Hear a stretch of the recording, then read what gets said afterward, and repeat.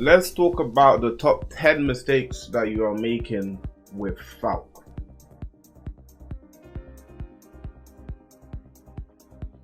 I get a lot of questions. I get a lot of the same questions asked by a lot of people. So I thought this would be a good video idea to make, and it should help a lot of people out. Whenever you're ready. So with this video, you guys will know 10 mistakes, at least 10 mistakes that you guys are making with Falke. These are beginner mistakes, whether you're a beginner, whether you're an advanced player, even me myself. These are mistakes every Falke player makes in general. So we're gonna go through them, and hopefully after the video, you're able to take something out of it, and you're able to stop making these mistakes and improve as a player. Number 1 on the list, we have Airshot. The reason Airshot is on this list is because Airshot is a very powerful tool that Falke has, right? She can jump forward in Airshot, jump backwards in Airshot, she can neutral jump in Airshot, she can delay an Airshot. It's a very powerful tool that she has. However, it's also a double-edged sword. If you get too trigger happy with this Airshot, it can also be your demise, it can be your downfall, because the risk reward for doing an Airshot compared to eating a whole jump in from Ken like this, the risk reward between doing that, if I can demonstrate it here. If you did an air shot and you eat a whole jump in trying to do the air shot, the risk reward between landing the air shot or them just blocking an air shot compared to you eating a whole jump in combo, a lot of the time it's not worth it, which is why you can't be too trigger happy with air shot. You have to make sure you use it wisely. So although it's a strong tool, if you're overusing it when you don't need to, especially when it's unnecessary. Like if you have a life lead, another example, right? Let's say you have full health and then the second player has like there, 25% health. If a game looks like this, right, you've got a nice life lead and you can win the matchup on the ground, doing air shots can be quite unnecessary and can also lead to your downfall and can lead to you losing the whole game, because you did something that was unnecessary. If you can win on the ground, it's best to stay on the ground when you have a life lead like this. Doing air shots is just unnecessary risk that you're taking. So that's number 1. That's number 1 on the list. Number 2 on my list is dive kick. Dive kick is the number 2 on my list. Why do I have dive kick as number 2 on my list? Well, a lot of people, it's actually similar to the reason why I have airshot on my list. A lot of people get too trigger happy with the dive kick. People need to understand that this is not a real mix-up. Every character in the game can do something to deal with this. Where dive kick becomes very strong is when it becomes a true 50-50, when you actually do a setup. For example, that. Being able to actually choose which side you land by making this meaty, that's the true mix. Or when they delay rise and you land the dive kick, that's the true mix. Could also land on the other side, of course. Right? That's the true mix. However, just doing it raw, like without a real reason, just doing it like this, you can easily get anti-air there. You can get DP'd, you can get crouch fist, you can get air to air, air thrown. There's a lot of things characters can do. Every character has a different answer for it, but it's not a consistent thing you can just throw out. So when you're randomly doing dive kick, you have to remember you have some recovery when you land on the ground. You cannot move instantly as soon as you touch the floor. So you're definitely in danger. You're susceptible to getting punished. You don't want to just be doing that without a legitimate reason. So if you're baiting out a DP, that's fine. But do you want to risk baiting out a DP not knowing if they're actually going to go for the DP? So that's something to think about, dive kick. So we have number 3 on the list now. We've got anti-airs. Alright, the reason I put anti-airs on this list, you think, why would I just put anti-airs? Of course you can anti-air without. The reason I have anti-airs on this list is because I see Falke players anti-air, but I see a lot of Falke players not use all of her anti-airs, right?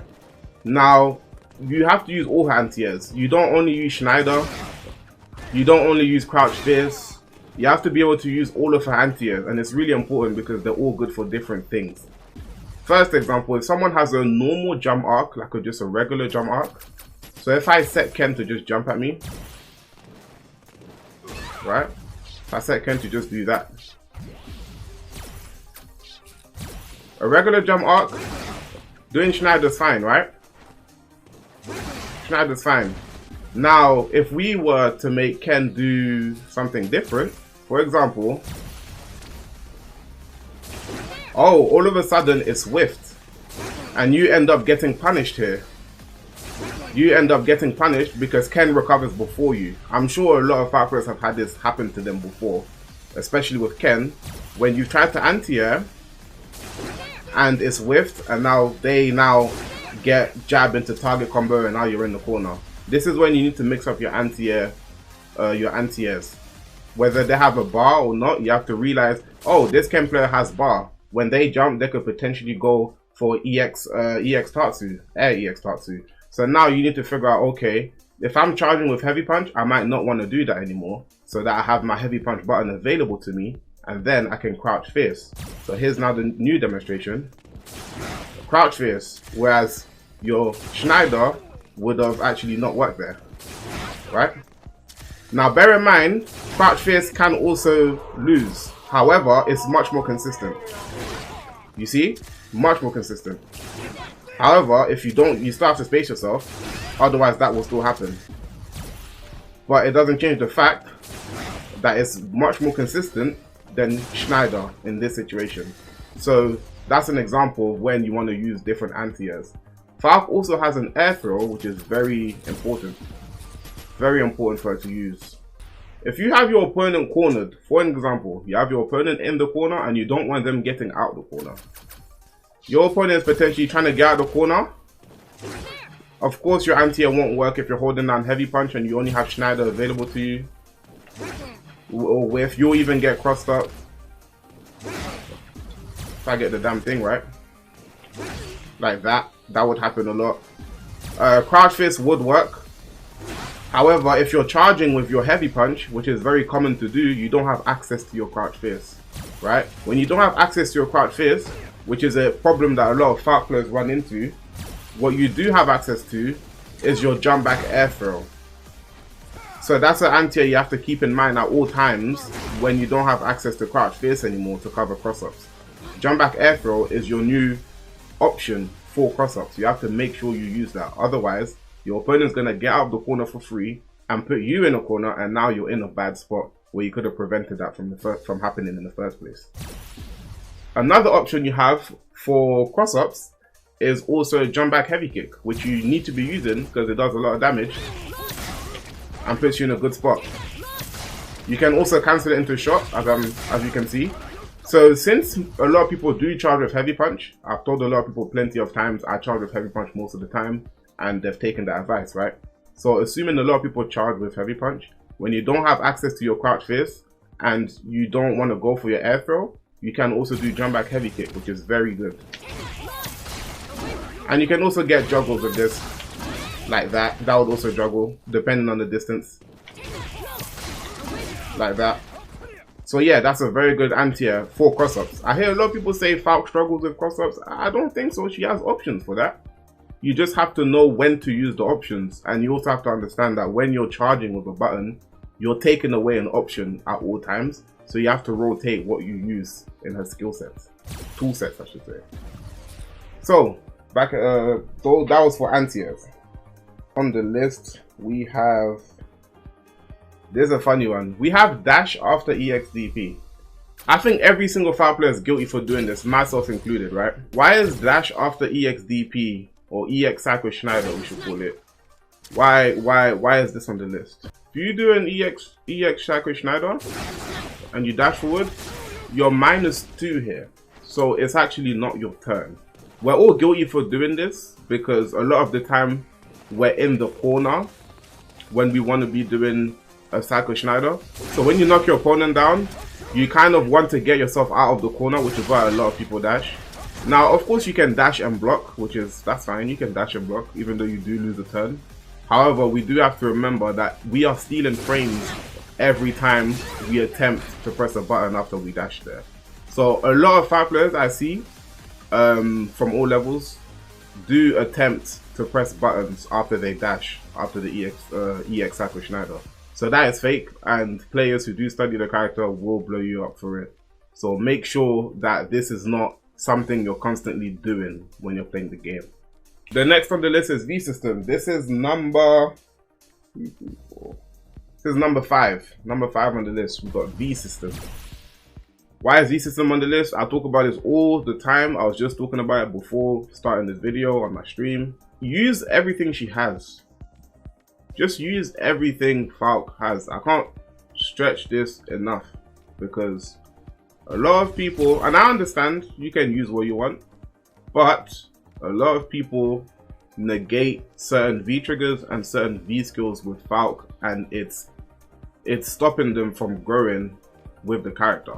It's actually they're stopping themselves because they're negating certain V skills and certain V triggers.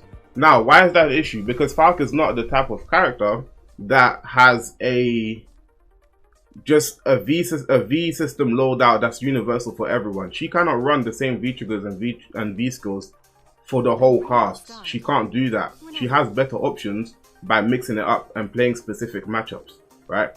So a lot of people don't use V skill 1 because V skill 2 came out and seems a lot more potent, right? And to an extent it is for the majority of her matchups. However, the matchups where V skill 1 is actually the go-to V skill to use, V skill 2 just doesn't get used. I've seen so many people play the Falke versus certain characters, right? And they have V skill 2 there, but they never get to use it. It's there, but they never get to use it. Same way with people that don't ever try to use V skill 2. They have V skill 1 there, and they're playing against projectile characters, but they never get to actually use V skill 1 against the projectiles. So I'm going to say you need to explore more with the V system. Her V system is very unique. Make sure you use everything she has because she needs all of it. So that's number 5 right there. Number 6. Number 6 we have V skill 2. V skill 2 specifically. V skill 2 specifically. Number 5 was V system. Number 6 is V skill 2 specifically.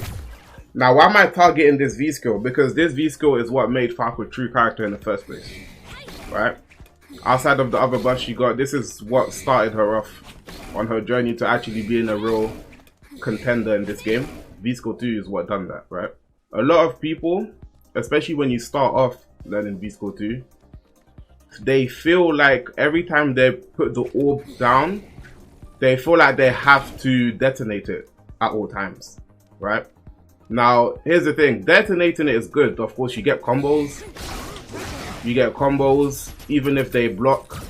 You get plus frames, plus 12 after the dash, all sorts, right? It's super good.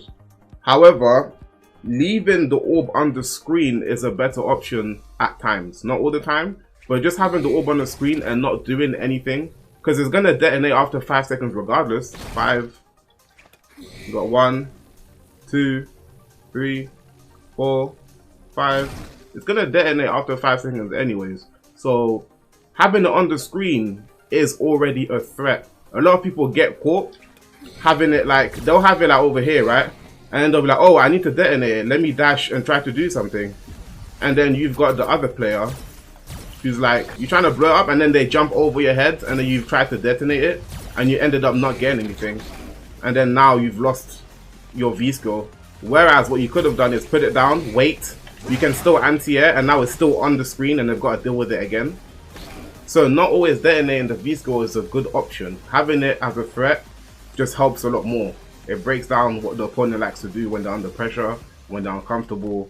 Just don't always feel the need to do something with the V skill. It does a lot by itself. That's why it's so good. It does a lot by itself.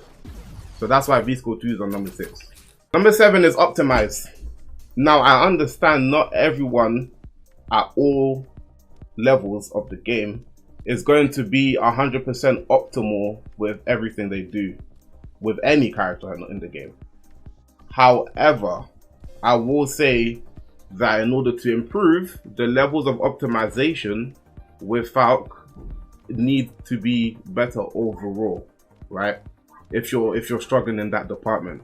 For example, I see a lot of people get the stun. Say you stun your opponent, right?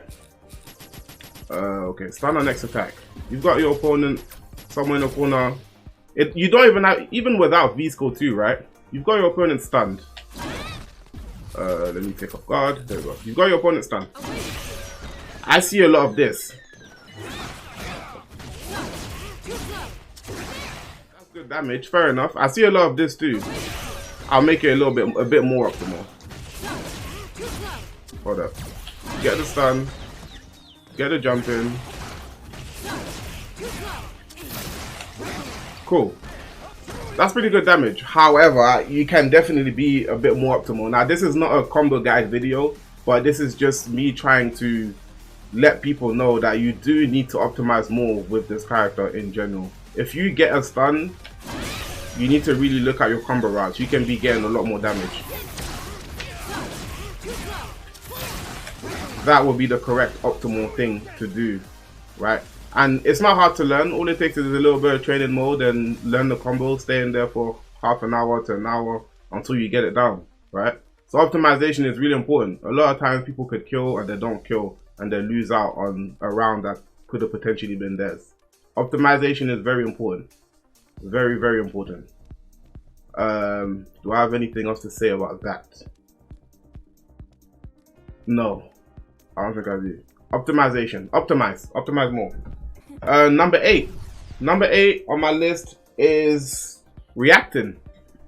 Reacting is number 8 on my list. Now, what type of reacting am I talking about? What reactions?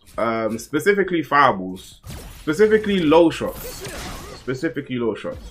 Now, I see a lot of people having this issue, and it's not something that's easy to do. You do have to learn it and train yourself to be able to do this. However, once you do it, it's amazing. It helps a ton. So I'm gonna give you guys a scenario here. Right, so we've got Ken throwing fireballs at random moments, right? Now this is what makes or breaks a lot of matchups for Falke, right? This makes or breaks a lot of matchups for Falke. And this is one of the reasons why I always tell people, no, you don't use V-Skill 1 against all of the projectile characters. No, you don't do that. Falke doesn't have a golden rule with her V system where it's like, oh, use this V-Skill versus grapplers, or use this V-Skill or V-Trigger versus fireball character. She doesn't work like that. She's very unique and she actually has matchup specific things. It has nothing to do with, she has no golden rule when it comes to that. However, I would say, so I use V-Trigger 2 against Ken, for example. V-Trigger 2 and V-Skill 2. Now you might say, why? Why don't I just use V-Skill 1 and get rid of the fireballs? Okay, I'll show you what happens when I try to do that. Let's try and react. Got hit. Got hit. Got hit. Got hit. You see what I'm saying? Got hit. You can't react at that range, right? Now if I stand at a further range, over here, okay, sure I can do that. Sure, right? Sure. But then what ends up happening is this. What ends up happening is this. I'll make a separate recording and show you this. What ends up happening is this. I don't want Ken to be this close to me, ever. I don't ever want him to be this close to me. I don't ever want him being this close. I'm still in recovery mode after I V-Skill Fireball. This gives Ken enough time, and not just Ken, this is every character. This gives a lot of characters enough time to close the gap. Even if I'm not being punished, just them closing the gap is not what I want, because then I'm just closing myself to the corner. So yeah, I never want Ken being this close to me. I never want that happening. I do not want that happening. Now, so that completely eliminates V-Skill 1. V-Skill 2 is already just superior because of what it does, right? But what I'm talking about isn't even about the V-Skills. This was about low shot and why it's important to have your reaction timing.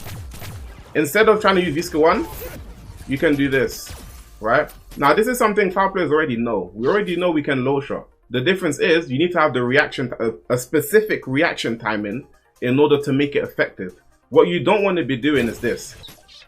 There's a difference between this. You see how Ken is blocking? There's this reaction timing where Ken is blocking. He has enough time to block, and then there's this reaction here.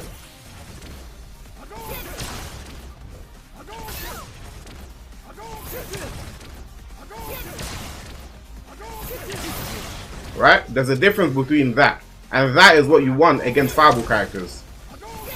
Which means you have to stay at a closer range, which makes it harder to do because the reaction's quicker. But against Shotos, or characters with fireballs in general, this is what makes the matchup hard for them. If they get comfortable throwing fireballs, they're going to get in their zone. You're going to end up feeling like you're being zoned. And they're the ones, like, you shouldn't be getting out zoned by any character in the game through fireballs. Unless you're like Fang. All the characters that zone you with normals, Poison, Dalsim, they don't count. Fireball zoning from all the like Shotos and stuff, it shouldn't work on you.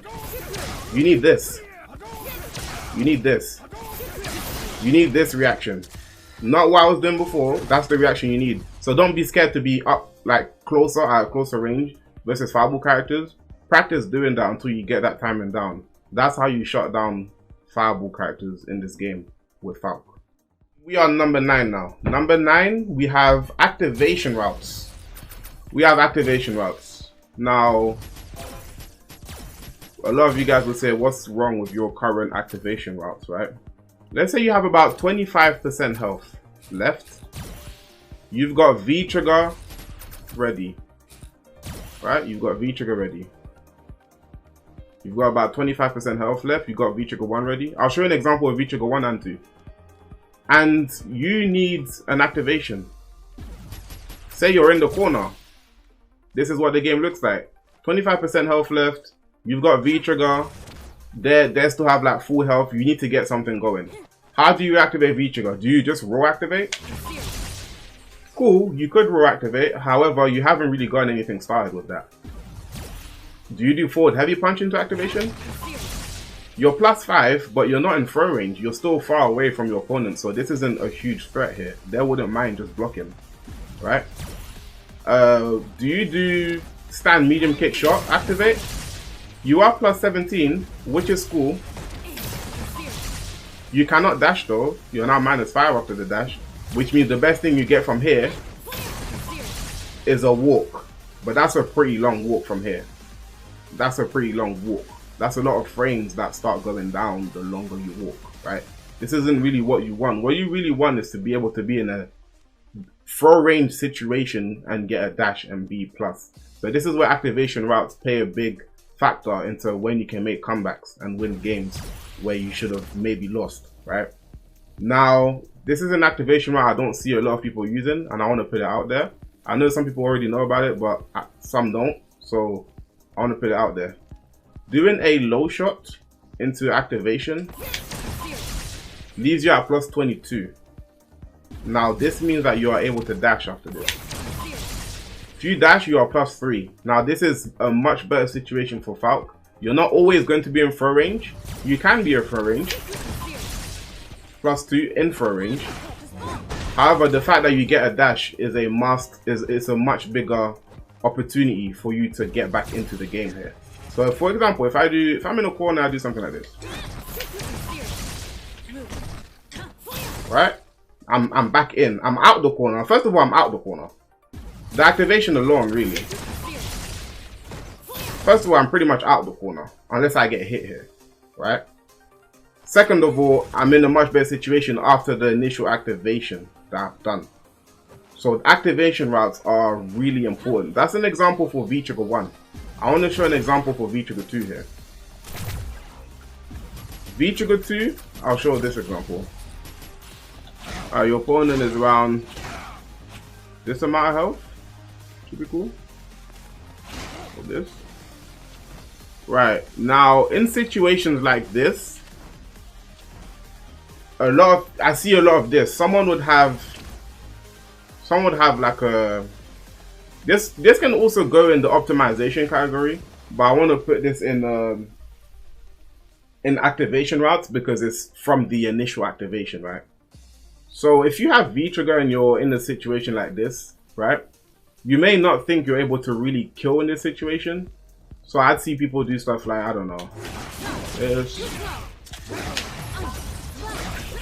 Alright, cool activation because we can't activate from an EXCP. Right, full activation. However, Falke did get buffs and she does now have an EX shot. So when you get put in that situation again, you're able to optimize a lot more now. You can do stuff like, hold up, there we go. You can do stuff like this now. This works mid-screen too. Right? And now you would get the kill. So depending on what situation you're in, you have to make sure you know which activation route you want to go for, which both V triggers as well. This is stuff that a lot of people don't think about when they're playing the character, and it would help a lot if they knew these things. This is a huge difference. Big damage, great Oki situation, you're in V trigger now, you've gotten started, is everything you really want. So yeah, that's what I want to say about activation routes. Number 10 on the list, this is the final point, right? The 10th mistake you're making, I'm ready to start, with Falke is you're just not watching me. You're simply not watching me. Why do I say that? I give out information about the character every day on my stream, on my YouTube channel, which is probably where you're watching this now. I give out this information everywhere, all the time. Twitter, you name it. I always give out information, and when people ask me things about the game, I'm always there to help. That's all there is to it. If you guys do want help with the character, make sure you guys do check out the link down below in the description. I do coach on Metafy, so if you guys do want a one-to-one coaching session with me, I do that. Check out all the different sessions I have available. You've got you got rookie to gold plans, you got gold to platinum plans, you got training plans, which are like those are like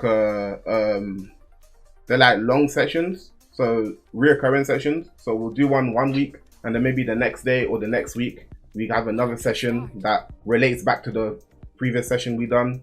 So yeah, we got a bunch of stuff we can do there. Just make sure you guys do check out that link if you are interested in having any type of coaching by me. I'm also have a big availability range, and you guys get to set the date yourselves as to when you want to schedule it. So I come on you guys' schedule pretty much. But yeah, make sure you guys do check out that link. And yeah, that was number 10. Make sure you guys watch me. Watch, just watch. I give out the source all the time. Yeah.